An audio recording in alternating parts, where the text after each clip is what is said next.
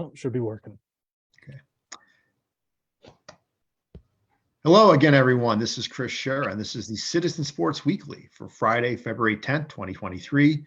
Robert Harding, Justin Ritzel, and our special guest, friend of the program, and my class of 1985 classmate from Auburn High School, Bob Socci, also known as the play-by-play voice of the New England Patriots. Bob, thanks for joining us. We appreciate it.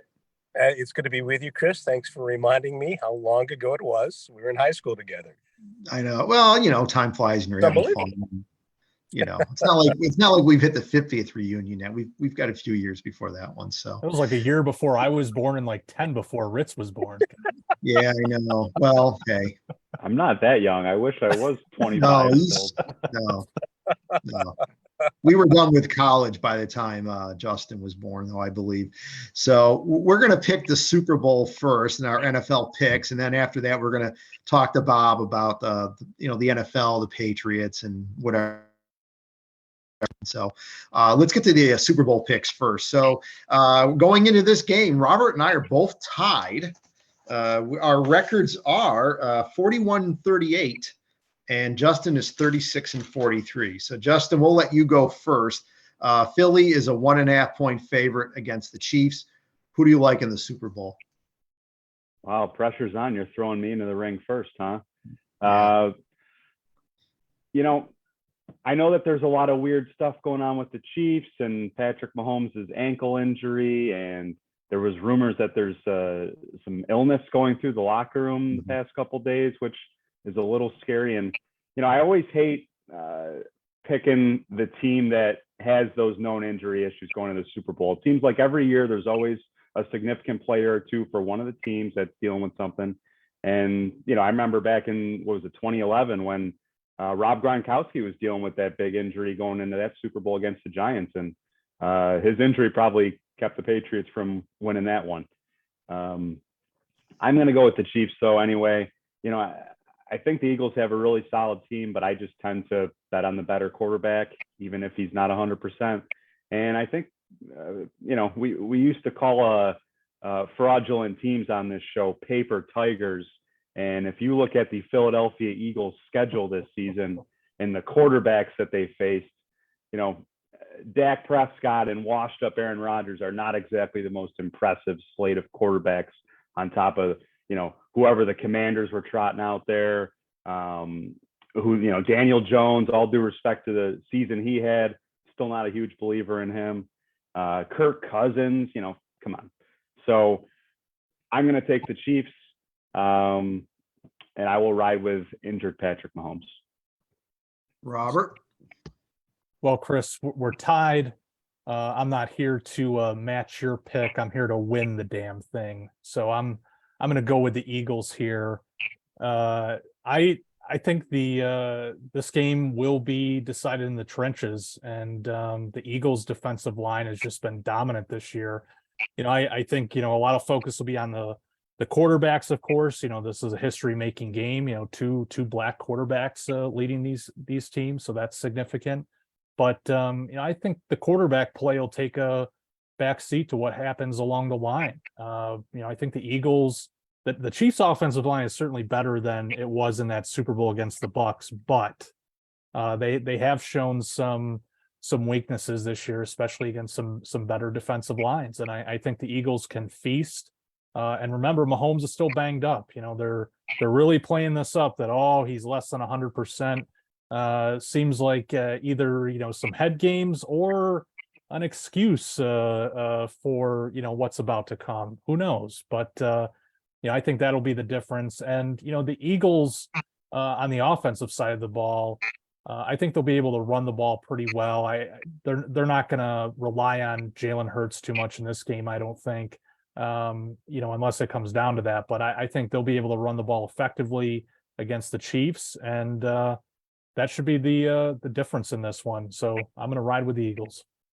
Well, Robert, you'll be happy to know that I'm going with the Chiefs. So we will have an individual winner, and I was going with the Chiefs from the get-go, and I'll tell you why. Eagles are the better team easily. I mean, they are the more talented team. They're the better team. I give you that. But to me, coaching and superstars to me make the difference in these types of games.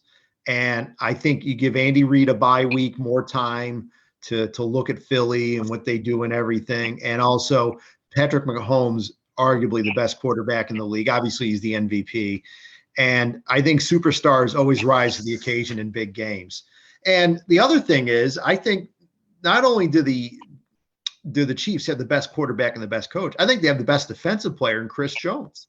So I think when you add those three factors together, and it is a 1.5 because we are picking against the spread here. It's not just the money line, but with the 1.5, I'll gladly take Kansas City in the 1.5, and I'm picking Kansas City to win the game outright. So I just think the Chiefs, they may not be as talented as the Eagles, but when you factor in their big game experience, and I know the Eagles won the Super Bowl 4 or 5 years ago, but it's a different team, different coach, different quarterback.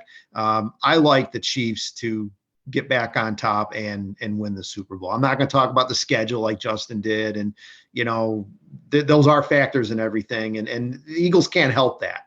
They had to play the opponents in front of them and they beat the vast majority of them. So they've got nothing to apologize for. But I think that their run ends on Sunday against the Chiefs, and that's who I'm picking. So, all right. So, guys, any questions for Bob? Fire away. Bob, I have to ask you, I think you just completed your 10th season as the radio voice of the Patriots, right? I did, yeah. Yep, So, 10 years in the books. So how does that feel? And you've called some Super Bowls too, so you have that experience to share. So I guess, as briefly as you can, to cover 10 years of stuff, like, what do you take away from that experience so far, and what's the next 10 look like for you? Yeah, it's been a whirlwind. I mean, it's cliche to say something like that, but it's hard for me to believe. I mean, just as it is, going back to Chris's reference to our graduation from Auburn High, I can't believe it's been since 1985 that we've been out of high school. And I can't believe that it's been 10 years now that I've been calling Patriots games. And I was spoiled right away because my first year, the Pats had a series of thrilling comebacks, including the first game in Buffalo in the season opener in 2013. E.J. Manuel's NFL debut as the quarterback of the Bills. Come on, and Tom Bob. Brady. Take it easy on me here. It might have been his best game, actually, Robert. Tom Brady had to lead the Patriots to a last-second field goal by Stephen Gostkowski to win it. And there were a series of games like that throughout that season and throughout the next several years. The Patriots got to the AFC Championship game in 2013 and again in 14, 15, 16, 17, and 18. And I had a chance to go along for that ride, and 4 times had a chance to call a Super Bowl, 3 of them victories for the Pats. The one exception being the 41-33 loss to the Eagles. And I'm disappointed that you guys didn't ask me for my prediction, because I think Brandon Graham, who had the strip sack to seal that game for the Eagles, thinking along the lines of Robert in this game, with that offensive line from Philadelphia as well, will have the advantage in the trenches, and thus will win the game over Kansas City. But, again, having had that experience early and then more recently gone through leaner, harder times for the Patriots, especially after Brady left following the 2019 season, I've still enjoyed it every bit as much. I've been lucky to work where I do, where the fans care so deeply about their team. And when I started, anything short of a championship was a failure, and it's still judged that way here locally. Hopefully I've grown, given the opportunity and expectations that come along with this job. I feel like I have as a broadcaster. But again, I've enjoyed it every bit as much, even, as I say, during the 7-9 year with Cam Newton at quarterback, during COVID in 2020, or this more recent season when the Pats were 8-9. And obviously the tables have been turned. You look at the AFC East and what your beloved Buffalo Bills have been able to do, gentlemen, Robert anyway, in the last few years against the Patriots, completely different than what I experienced early on. And yet, there's such a thrill going to those games in Buffalo, calling the Pats and the Bills from what will always be Rich Stadium for me. Having gone to my first NFL game there, I think in 1973, to watch Chris's Dolphins with Mercury Morris and Bob Greasy and company take on the Bills. So I guess it's all been, a blur in a lot of ways, but it's given me, really a lifetime of memories in 10 years. Justin, you got anything? Well, I was going to offer Bob the chance to make his pick. So thanks a lot, Mr. Host. Chris Shira. But my real question for you, Bob, is obviously we expect Tom Brady is going to be a broadcaster for Fox. He says he's not going to start that till 2024, and he's, you know, assuming he doesn't actually come back and play, which I do think he's actually retired this time. But you know, he's going to give himself a year off, and I'm sure prepare for that just like he would a game, and try to be the best broadcaster he can be. How do you think he's going to fare in the booth when he gets there? And what do you think makes a good color guy for the NFL? Well, I suspect he's going to be a lot better, in my opinion, than Tony Romo, but maybe not as good as Greg Olson. The guy he's got to replace, given, you know, how Olson has been received this postseason in particular, getting ready to call the Super Bowl. I think he'll do a good job when it comes to analyzing football and being willing to criticize, which is a big part of it at the network level, I think, especially in that lead position. Because like when you listen to some of the analysts who are reticent in that regard, that don't like to put themselves out there and have opinions, you know, I think you lose something. You want to learn from an analyst who's broadcasting a game. And I think for a lot of former players, former coaches, that's a difficult thing to do. I don't think Brady's going to have any problem with that part of it. Just thinking about some of the things he said publicly this past year, whether in a press conference or on his podcast, he's had so much experience behind a microphone already. He's been willing to say that he's watched a lot of bad football this year. So I think we'll probably hear from someone who's more like a Troy Aikman, maybe an Olson, who gives you a lot of insight into situational football. Speaking of Olson, something that I think is a strength of his, someone who's not afraid to be critical of officials when it's appropriate in his mind, the way I've heard Aikman be at times, in my opinion. I wonder, though, how long the lifestyle of an NFL broadcaster will suit him. He'll be prepared, because I don't think Tom's going to want to fail. He's not like that in any aspect of his life, it seems, at least in his business dealings, or obviously in his football playing experience. So I think he'll be well prepared. But week after week of staying in a hotel with the crew and you know, being a celebrity more than a sports star, he is a world-renowned celebrity. At least he's known in much of the world, if not, you know, around the globe on the same par as a Muhammad Ali or a Michael Jordan, let's say. But I think that, you know, that fame that he has, that celebrity status he has, is unlike even, you know, a Hall of Famer like Aikman's had, someone who's been around the business as long as Chris Collinsworth. So how's he going to deal with it in terms of the lifestyle, the travel, being a broadcaster week to week from different stadium to different stadium, different city to different city? Now, I wondered, for example, in Foxborough, how's he going to get to the broadcast booth if he has to call a game the Patriots are playing, and where the press box is on the main concourse, and to get there you have to go through the stands one way or the other, up the aisle from the field, or off an elevator walking along the concourse, and just the kind of demand that he's going to have for his time and attention in those situations, whether, you know, that will become tiresome for him as well, and whether he will be able to gain the kind of adrenaline and that competitive rush that, you know, so many athletes talk about when they leave the playing field. You know, it's something that can't be replaced. Some still feel they get at least a taste of it by being in the broadcast booth, staying involved in the game. I'm not sure if Tom Brady's going to need more than that, though. Bob, what do you think of the scrutiny of these positions, you know, in recent years? I remember before before Romo, you know, Phil Simms occupied that seat with Nance, and it seemed like CBS kind of gave in to the pressure of, you know, a lot, especially when social media came out, and, you know, there was a lot of criticism of Phil Simms, and so Tony Romo comes in, you know, this new shiny object, and at first he was really riding high there. People liked his style, and, you know, now it's kind of grown old, and now we see with Greg Olson, like you mentioned, like he's getting a lot of love now, and we'll see how long that lasts before people turn on him too. And of course, Collinsworth, everybody loves to hate him. So what do you make of the scrutiny of those positions, especially coming from your perspective? You know, you're in a booth, you're calling games. You know, I'm sure people who listen to you, you know, they either love you or hate you. You know, I guess it comes with the territory. But what do you think of these TV guys and the pressure that they're under to perform in this day and age?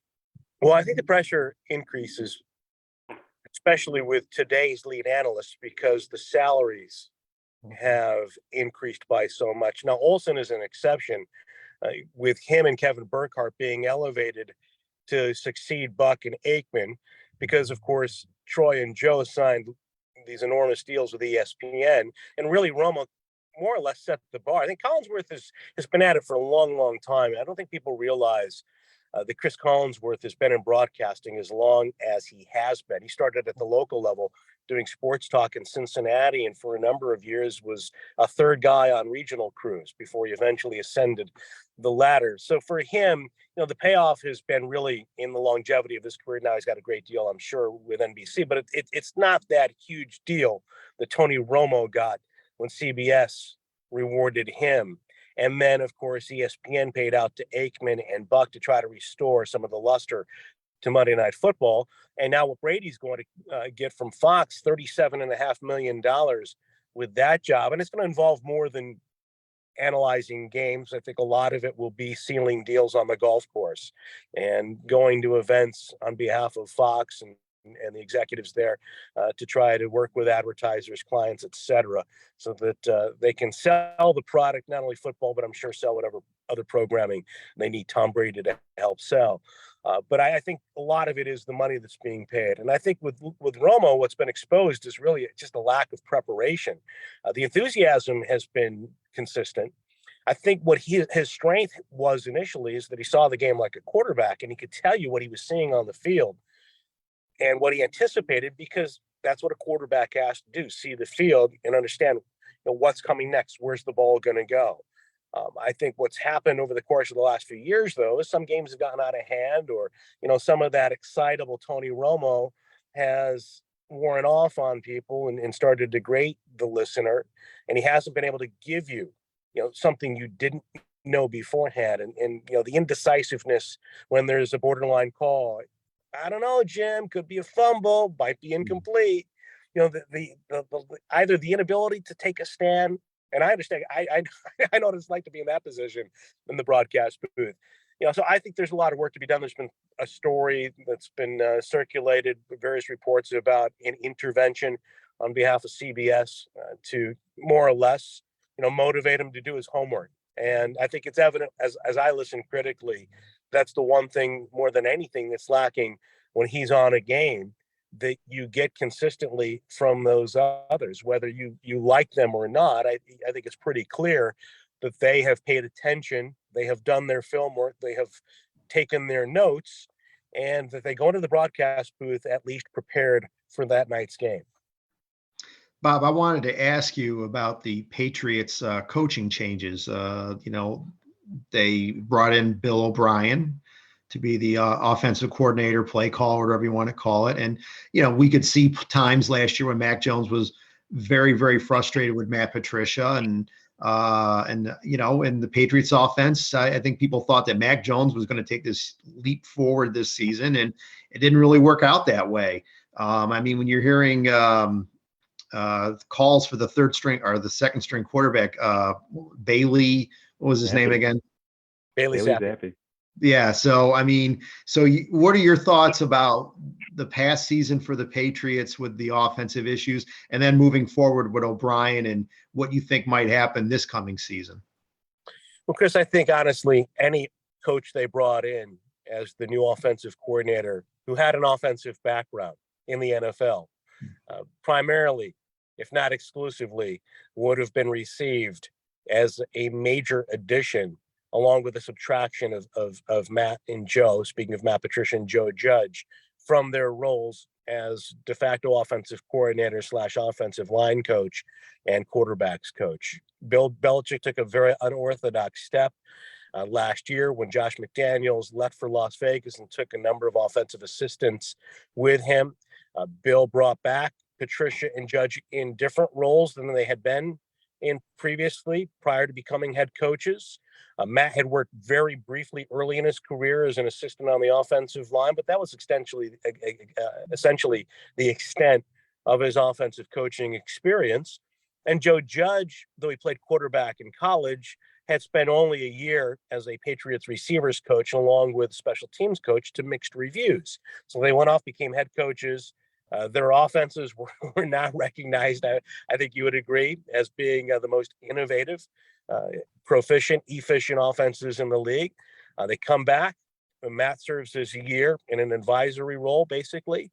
And then in his second year back, he's appointed as the offensive line coach and becomes the offensive play caller and judge upon return from New York. Instead of being returned to his role as special teams coordinator, he is inserted as quarterbacks coach. And along with that, they try to scale back the playbook. They tried to run a much different offense.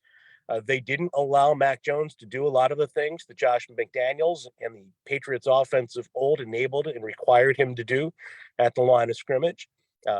We saw from the very first days of training camp that it wasn't working, and it never got better. And so from last summer through this season's end, and still to this day, I mean, there's still reports coming out and still daily talk on our radio stations locally about what ultimately was a dysfunctional situation for the Patriots offense. And Mac Jones, as you mentioned, showed his frustration. I think not only do I understand why Mac felt the way he did, he was put in a very disadvantageous spot. And instead of progressing in his second year and building on a promising season, took a big step backward. But I also think that he has to demonstrate better leadership, better comportment on the field. And we saw him showing up as coaches at times during the year. So there was a lot going on. And as you saw in the two Buffalo games, for example, but especially the first game where I thought the Patriots really had an opportunity in that game. They scored early with a touchdown by Marcus Jones.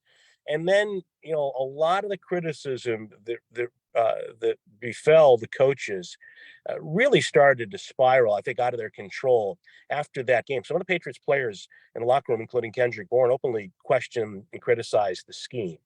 And the conventional thought was they kind of called that game just to keep it close. And it seemed like the Bills were content. They were trying to get out of Foxborough in that situation with a win and as healthy as they could be. They were banged up going into that game.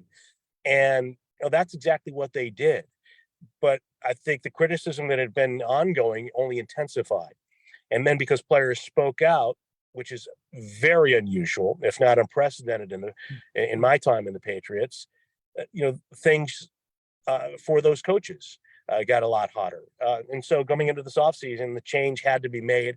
I think O'Brien brings obviously familiarity to Patriots fans. He's from New England. He's been here before. He's had some success as an offensive coordinator for the Patriots. He's got a relationship with Mac Jones because when Bill took the job at Alabama, Mac helped him learn the offense. It was in that transition period between Jones's senior year with the Crimson Tide and the NFL draft and his rookie year with the Patriots.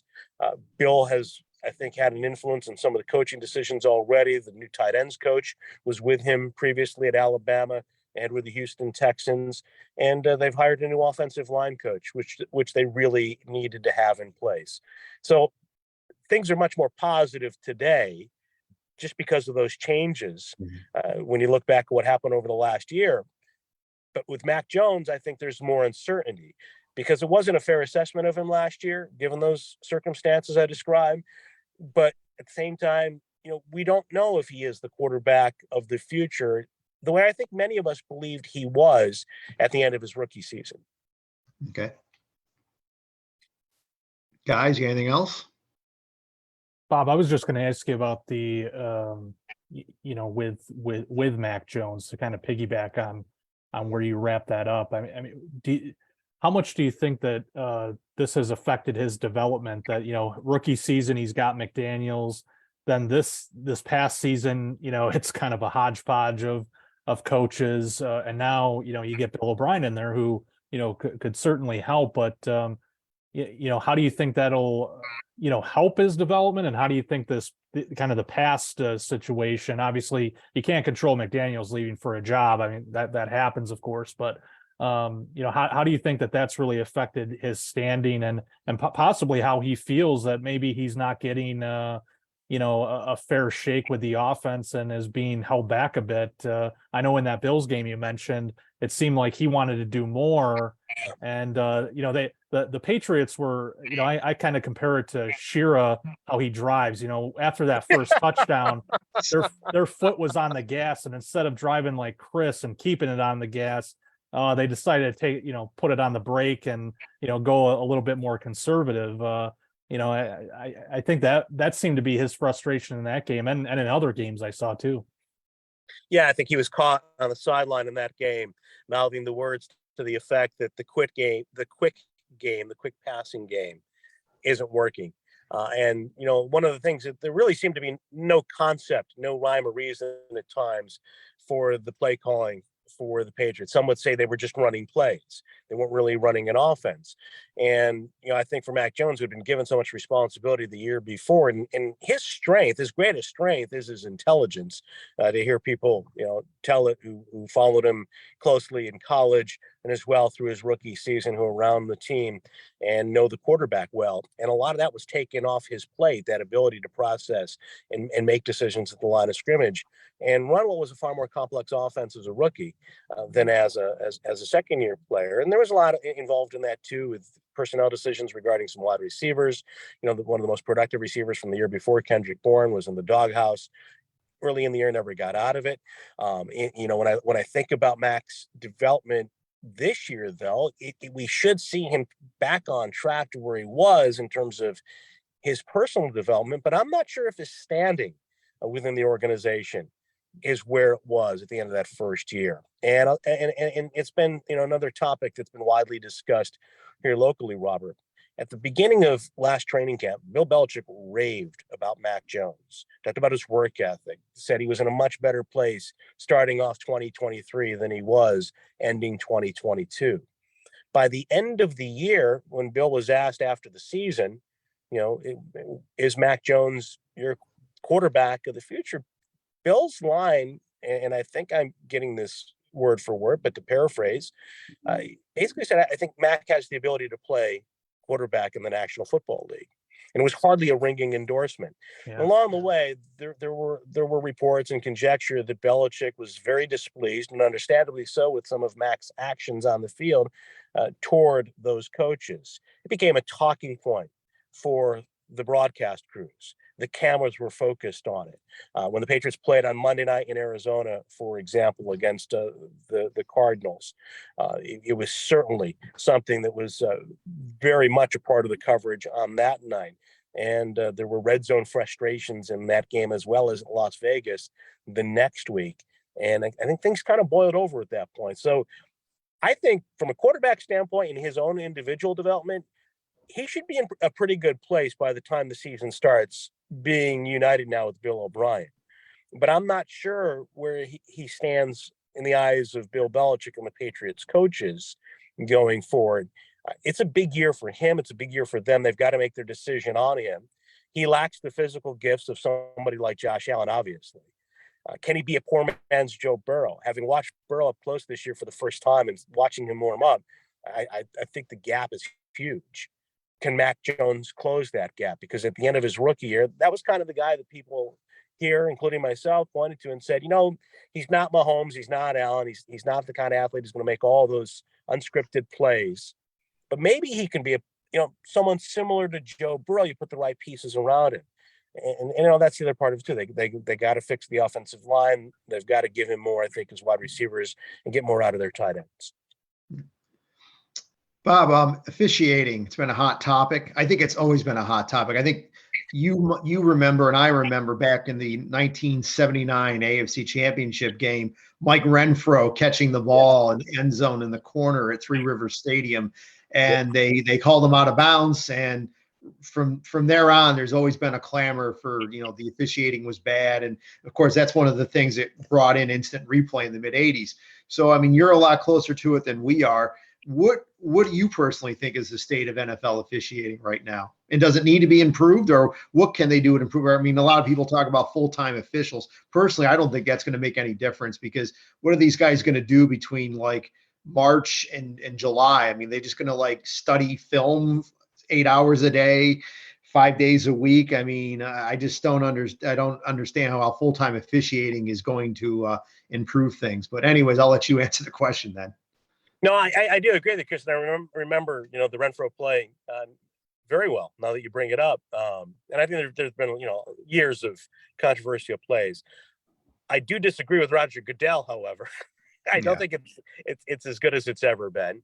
I think that it should be better than it's ever been every year because of the technology in replay. Yet, though I say it that, and I think one of the things they should do is, and this came up in the Las Vegas game between the Patriots and the Raiders, because there was a pass to Keelan Cole for a touchdown late in that game that enabled the Raiders to take the Raiders to come back before the Patriots gave it away with their bizarre lateral play that was recovered by Chandler Jones and run back for a touchdown. But before that, Keelan Cole caught a pass, and it certainly appeared from still shots that his foot was out of bounds, that his second foot was not in bounds, that the toes were across the sideline. But because of the camera angles in Las Vegas, with not the A crew or even the B crew from CBS, you had one of the lower tier broadcast crews, so they didn't have the kind of coverage you would get for the A game, so to speak. And so the camera angle is more of that high end zone shot that wasn't clear and obvious to the officials to overturn the call on the field. So to me, the first step is, okay, let's have fixed cameras in the pylons and at the goal line. And I heard Dean Blandino saying the same thing yesterday as the former head of NFL officials and now works for Fox. I mean, to me, that's something in the NFL. This multi-billion-dollar industry, an industry that makes tens of billions of dollars a year annually. They should have fixed cameras. You should have a clear view down the goal line and along the sidelines and the end lines. To me, that's a starting point. I think a sky judge would help, where you have someone up top as an official that can step in and help these officials administer, the kind of legislative errors we see sometimes, where they misspot a ball, that they get confused out there, and the lack of communication at times. And I know they're trying to do a better job of that from New York, but to me, having someone on site, someone who may be able to take replay challenges out of the hands of coaches, and simply like the college game, be able to buzz down every time that there's a replay. A great example would be the game between the Niners and the Eagles, and the apparent non-catch by Devontae Smith. The way that play unfolded, and this is a complaint I have about the different networks too in the coverage. Because we get it in our broadcast booth. When we get a Fox game, the replays are often in super slow-mo, super up close compared to CBS. They go for more of the emotional reaction. And there are times when the replays come faster on some broadcasts than others, regardless of the network. And so in that case, I know Kyle Shanahan took a beating, especially because Smith got up and he was telling his teammates, hey, get to the line of scrimmage, you got to snap it, telling us that he didn't make the catch. But to me, that's a play that if you have a sky judge who can make the call to the official on the field, say, stop play, that was enough. That's where the NFL needs to be. I don't think full-time officials solves it. I think one of the things the league needs is developmental leagues like they used to have with NFL Europe and some of the other developmental leagues, where you can have officials work games in the spring, pro games, athletes who are bigger, stronger, faster than your college athletes, because it's so tough to keep up with. Sorry about the interruption, Bob. No, it's I should have cut off a long time ago. Sorry, Yeah. the Shira call center is It's in unbelievable. operation. Yeah. We still have a Kira landline. Schefter, it's the same. Yeah. Hey, Do you guys have any other questions for Bob, or do you want to wrap this up? I have one more quick question after those softball questions these two guys gave you. I like to ask hard-hitting questions. So, Bob, I have to ask, how many cheese curds did you have at Lambeau Field? You know what? I did not have any at Lambeau the day of the game, but I had some the night before at a great little bar restaurant in Titletown, which is right next to Lambeau Field. Which, by the way, it's awesome. I went to the Hall of Fame the night before with a bunch of people from the Patriots and some reporters. We got a tour of an after-hours tour of the Packers Hall of Fame, and hit the brewery next door for some cheese curds and some other food as well. But I got enough, Justin, to fill me up in more ways than one for that night and into the game. And the Packers have a great press box spread. Chris. You know what's going on? My daughter broke her iPhone. That's what's going on. Oh no. So that's I was what's I haven't heard like a phone bell ring in since like I was watching reruns of 1970s television shows or something. Yeah, it was But This is my why we radio- love doing this show with him, Bob. We My- get exposed to landlines every week. Yeah, I've got to get going, guys. Okay. All right. Yeah, you All take. right. We'll All wrap right. it up with Bob here in a minute. Yeah. All right, I'm gonna get out. Yeah. So All right. Good. Bob, I did want to ask you, Yeah. you know, to kind of piggyback on Ritz's softball there. What is not obviously Gillette? Where's your favorite place that you've called the game so far in the NFL career? Well, it's Ritz's place, Lambeau Field. It's so great. I mean, we got there early this year too. The Patriots played the Packers in the first month of the season. Was the fourth week, and so the weather was ideal. The weather was perfect. It's a great press box view. It's the traditional midfield high broadcast location where you get to see the whole field. The atmosphere, it's like a college atmosphere.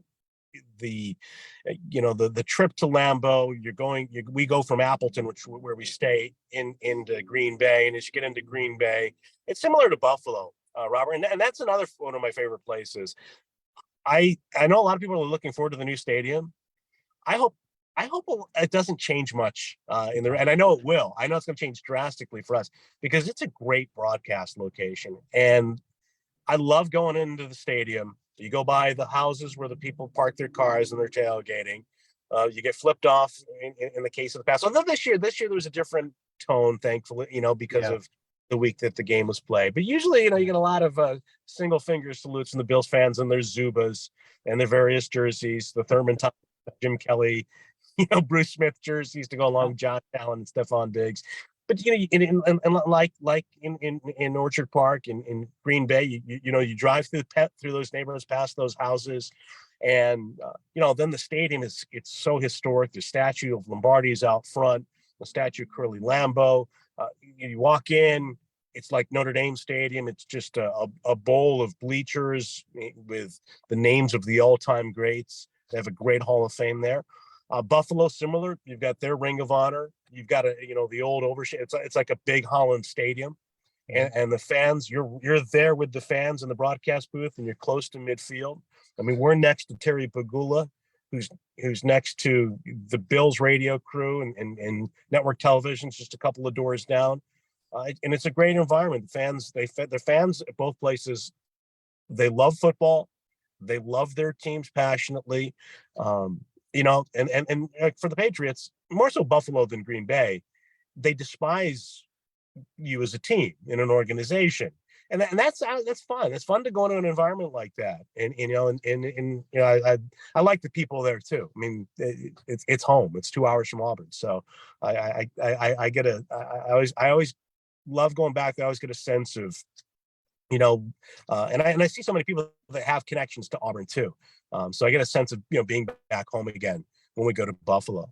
I just want you to know, Bob, I would never flip off the Patriots bus. I am a Bills fan, but I wouldn't take it that far, Bob, especially knowing that you might be on board. So, yeah. Well, just if you do, make sure you don't flip off like the fifth or sixth bus. Always that. But I'll tell you what, when I saw Green Bay play the Bills this year in Buffalo, I stood there and watched the Packers bus go by, and I wanted to flip them off for their performance. Well, Bob, it's been a pleasure having you on. Another great season calling Patriots games. Another sweep for my Bills against them, which is nice after the last 20 years. That's why I'm glad Brady's gone. It's like, the nightmare is really over now. But it's always a pleasure to have you on and talking football with you. I'm sure we'll bring you back on, before the season starts and kind of go over what things look like heading into 2023. So good to have you on. Well, it's great to be with you guys. You guys do a great job. I follow you both on Twitter and in the Citizen, and you both do a great job covering local sports and local news too, Robert. Appreciate the political updates from Central New York in particular. And I got to congratulate you both. You are a combined 3-0 this year against the Patriots.